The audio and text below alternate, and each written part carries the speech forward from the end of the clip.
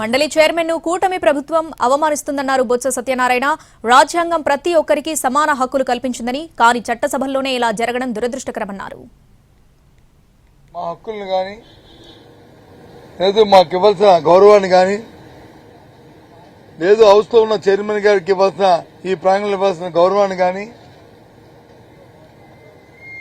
ఆయనకి ఇవ్వాల్సిన ప్రోటోకాల్ని గాని పాటించకుండా అవమానపరుస్తూ హవేళన చేస్తున్న కార్యక్రమాలని తీవ్రంగా మేము ఖండిస్తున్నాం. ఆ నేపథ్యంలోనే ఇవాళ మండలిలో దాని మీద ప్రశ్నిస్తే దానికి సమాధానం లేదు. చూడండి పాత్రికేయ సోదరులారా, మీ ద్వారా రాష్ట్ర ప్రజానీకాన్ని చూడమంటున్నాం. శాసన మండలిలో నిన్న రోజున ఎన్ఎక్సీ బిల్డింగ్ వచ్చి ఇక్కడ ప్రారంభోత్సవం చేశారు.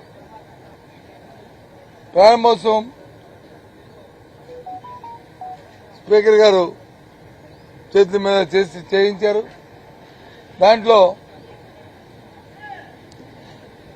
మంత్రి మున్సిపల్ అడ్మినిస్ట్రేషన్ నారాయణ గారు పేరు ఆ పలకం మీద, దాంతోపాటు ఫైనాన్స్ మినిస్టర్ గారి పేరు, దాంతోపాటు రఘురామకృష్ణ డిప్యూటీ స్పీకర్ గారి పేరు,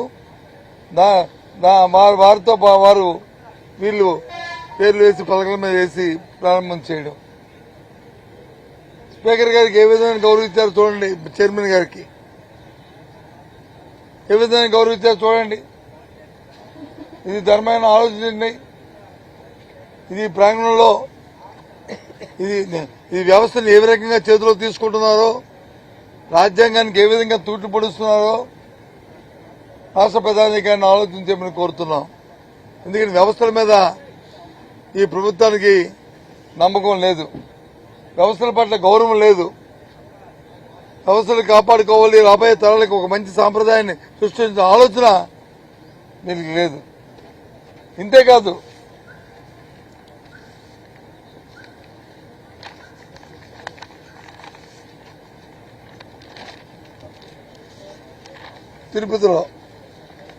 తిరుపతిలో జరిగిన నేషనల్ కన్వెన్షన్ జరిగింది ఉమెన్ ఎంపవర్మెంట్ మీద. సాక్షాత్తు లోక్సభ స్పీకర్ గారే ఆ కన్వెన్షన్ కి హాజరయ్యారు, ముఖ్య అతిథిగా వచ్చారు. దాని మీద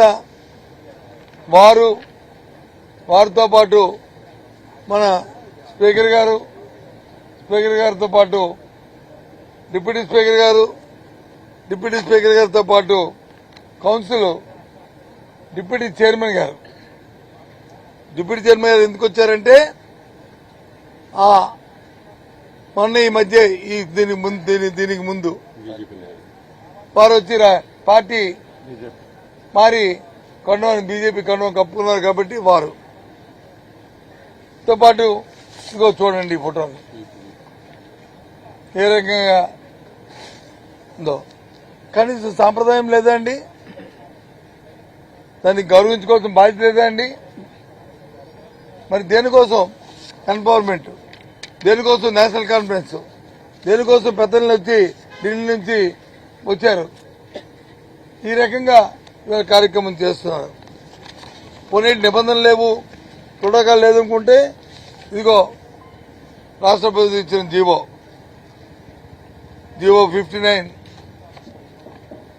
2018లో ఈ జీవోని రిలీజ్ చేశారు. దీని ప్రకారం ఎనెక్స్ సెకండ్లో 2లో 3వ పేజీలో 2లో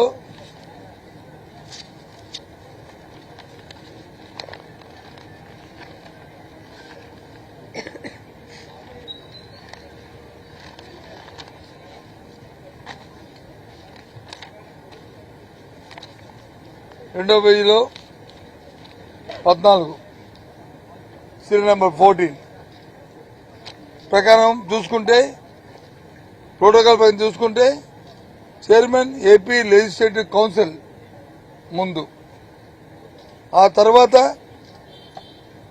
స్పీకర్ ఏపీ లెజిస్లేటివ్ అసెంబ్లీ, ఆ తర్వాత చీఫ్ జస్టిస్ ఏపీ హైకోర్టు, ఆ తర్వాత ఏపీ లోకాయుక్త, ఆ తర్వాత opposition leader council, APLC legislative council, ఆ తర్వాత లీడర్ ఆఫ్ అపోజిషన్ అసెంబ్లీ. ఇది ఆర్డర్ పేరిట ఆర్డర్. మరి ఈ రకంగా ప్రభుత్వం జీవోలు ఇచ్చి రాజ్యాంగపరంగా ఈ హక్కులు ఇవి కల్పించిన తర్వాత ఏ విధంగా ఈ కార్యక్రమాన్ని చేస్తారండి? ఏ విధంగా ఈ స్థల పథకం మీద ఈ లోపల పేర్లు లేకుండా ఏ రకంగా ఎవరిని పిలవకుండా ఏ రకంగా ఇనాగ్రేట్ చేస్తారండి? ఇదేమి జబ్బు సంస్థ అండి? ఇదేమి టీడీపీ పార్టీ ఆఫీసా అండి? ఇది లేదు ఎన్డీఏ పార్టీల ఆఫీసులా అండి ఇవి? చెప్పండి.